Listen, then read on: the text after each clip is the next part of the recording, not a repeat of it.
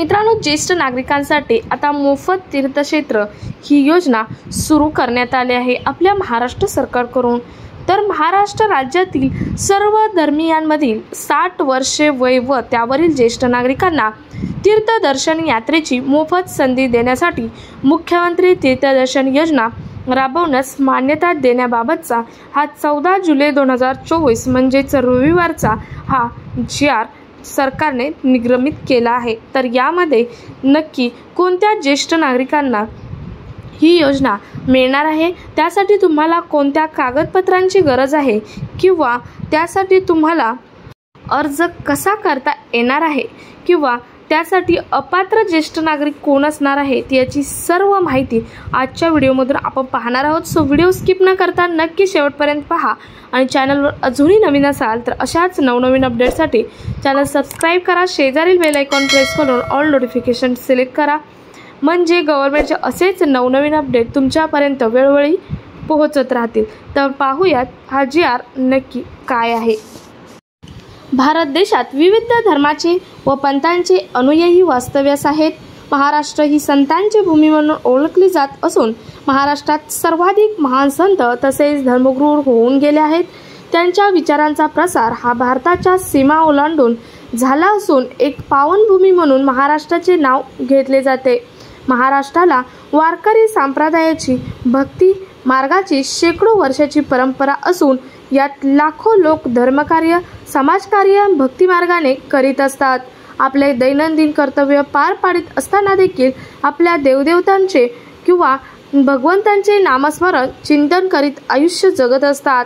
देशात हिंदू धर्मात 4 धाम यात्रा, माता वैष्णवदेवी यात्रा, अमरनाथ यात्रा तसेच इतर धर्मीयांची मोठे तीर्थस्थळे आहेत, जिथे आयुष्यात एकदा तरी जाण्याचे बहुतांश ज्येष्ठ नागरिकांचे स्वप्न असते।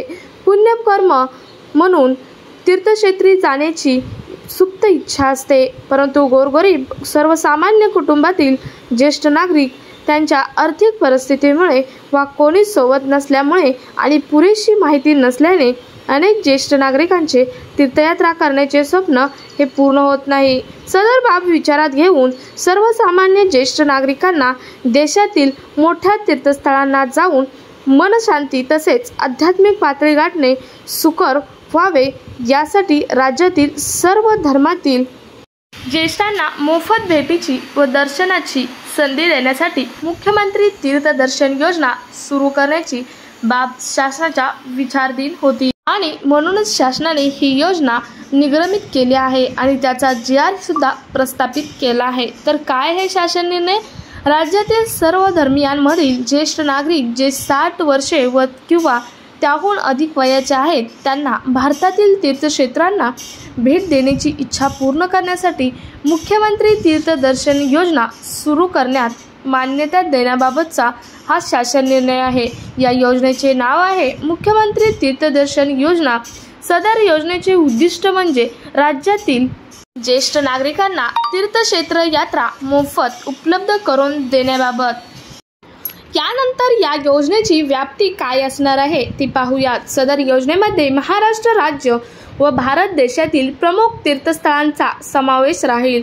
तीर्थस्थळांची यादी परिशिष्ट अ व ब प्रमाणे असेल। सदर यादीमधील स्थळे कमी होऊ शकतात अथवा स्थळांमध्ये वाढही होऊ शकते। सदर योजनेअंतर्गत निर्धारित तीर्थस्थळांपैकी एका स्थळाच्या यात्रेकरिता पात्र व्यक्तीला या योजनेचा एक वेळ लाभ घेता येईल। तसेच प्रवास खर्चाची कमाल मर्यादा प्रति व्यक्ती रुपये 30,000 इतकी राहील। यामध्ये प्रवास हे भोजन, निवास इत्यादी सर्व बाबींचा समावेश असेल, परंतु ही 30,000 जी रक्कम आहे तीही शासन भरणार आहे। त्यासाठीचा सर्व खर्च शासनच करणार आहे, म्हणजे जो 30,000 खर्च येणार आहे हे शासनाकडून केला जाणार आहे, कारण ज्येष्ठ नागरिकांसाठी ही मोफत योजना आहे।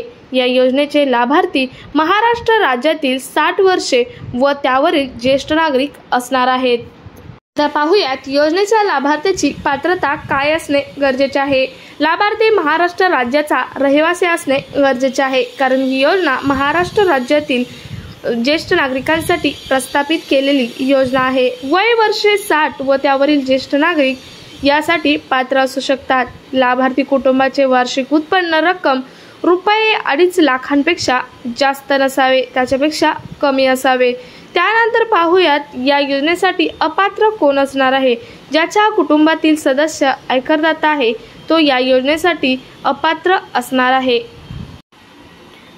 त्यानंतर ज्यांच्या कुटुंबातील सदस्य हा नियमित किंवा कायम कर्मचारी म्हणून सरकारी विभाग किंवा उपक्रम किंवा मंडळ, भारत सरकार किंवा राज्य सरकारच्या स्थानिक संस्थेमध्ये कार्यरत आहे किंवा सेवानिवृत्तीनंतर निवृत्ती वेतन घेत आहे, असे सदस्य पात्र ठरणार नाहीत. तथापि रुपये 2.5 लाखांपर्यंत उत्पन्न असलेले, बाह्य यंत्रणेद्वारे कार्यरत असलेले कर्मचारी, स्वयंसेवी कामगार आणि कंत्राटी कर्मचारी पात्र ठरतील. ज्यांच्या कुटुंबातील सदस्य विद्यमान किंवा माजी खासदार किंवा आमदार आहे त्यांना ही योजना मिळणार नाही. ज्याच्या कुटुंबातील सदस्य भारत सरकार किंवा राज्य सरकारच्या बोर्ड किंवा कॉर्पोरेशन किंवा उपक्रमाचे अध्यक्ष, उपाध्यक्ष, संचालक सदस्य आहेत त्यांना ही योजना मिळणार नाही. ज्यांच्याकडे 4 चाकी वाहने, ट्रॅक्टर वगळून आहेत त्यांच्यासाठी ही योजना नसणार आहे. त्यानंतर प्रवासासाठी शारीरिक आणि मानसिकदृष्ट्या सक्षम असणे आवश्यक आहे आणि कोणत्याही संसर्गजन्य रोगाने ग्रस्त नसावे, जसे की TB, हृदयाशी संबंधित श्वसन रोग, कोरोनरी अपुरेपणा, तसेच कोरोनरी थ्रोम्बोसिस, मानसिक आजार, संसर्गजन्य कुष्ठरोग इत्यादी आजार जर असतील तर या योजनेसाठी तुम्ही अपात्र असणार आहात.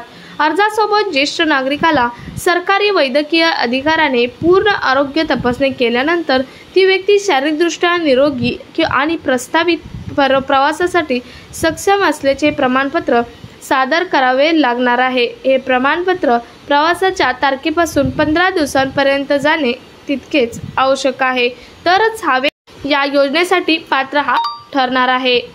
सर्वात महत्त्वाचं म्हणजे सदर योजनेचा लाभ घेण्यासाठी तुम्हाला कोणकोणत्या कागदपत्रांची आवश्यकता आहे ते आपण पाहूयात. म्हणजेच कोणकोणत्या डॉक्युमेंट्सची आवश्यकता आहे ते आपण पाहूयात. पहिलं म्हणजे योजनेच्या लाभासाठी ऑनलाईन अर्ज, तसेच लाभार्थ्याचे आधार कार्ड किंवा रेशन कार्ड असेल तरी चालेल. त्यानंतर महाराष्ट्राचे राज्याचे अधिवास प्रमाणपत्र किंवा महाराष्ट्र राज्यातील जन्म असेल तर जन्माचा दाखला.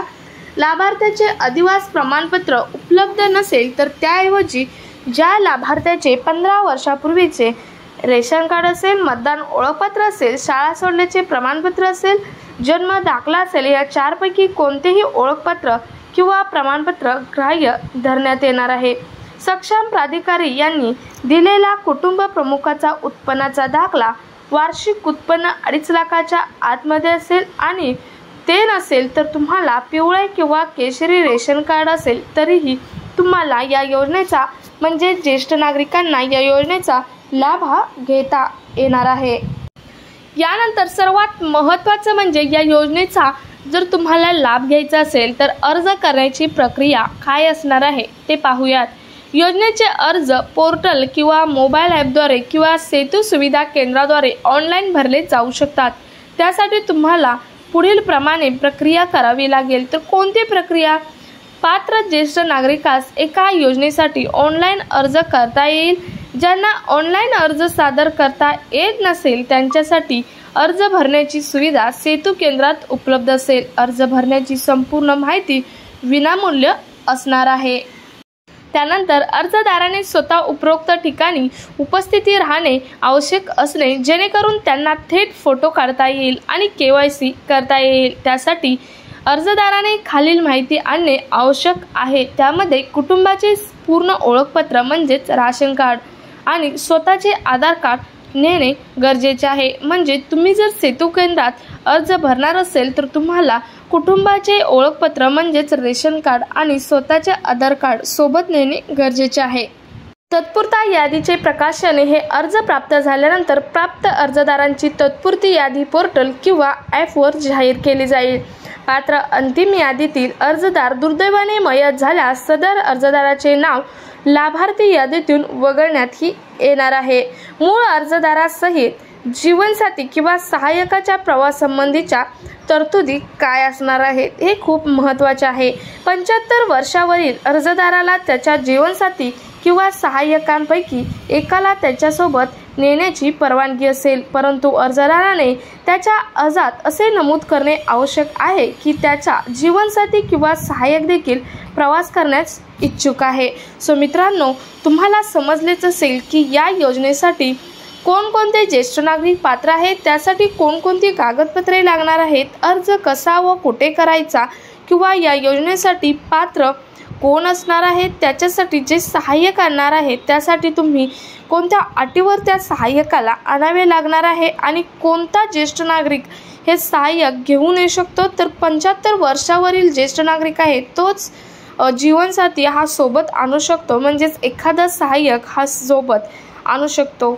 सो मित्रांनो, जास्तीत जास्त ज्येष्ठ नागरिकांपर्यंत हा व्हिडिओ शेअर करा, म्हणजे त्यांनाही या चांगल्या योजनेची माहिती मिळायला मदत होईल. भेटूयात पुढच्या एका नवीन अपडेटसोबत.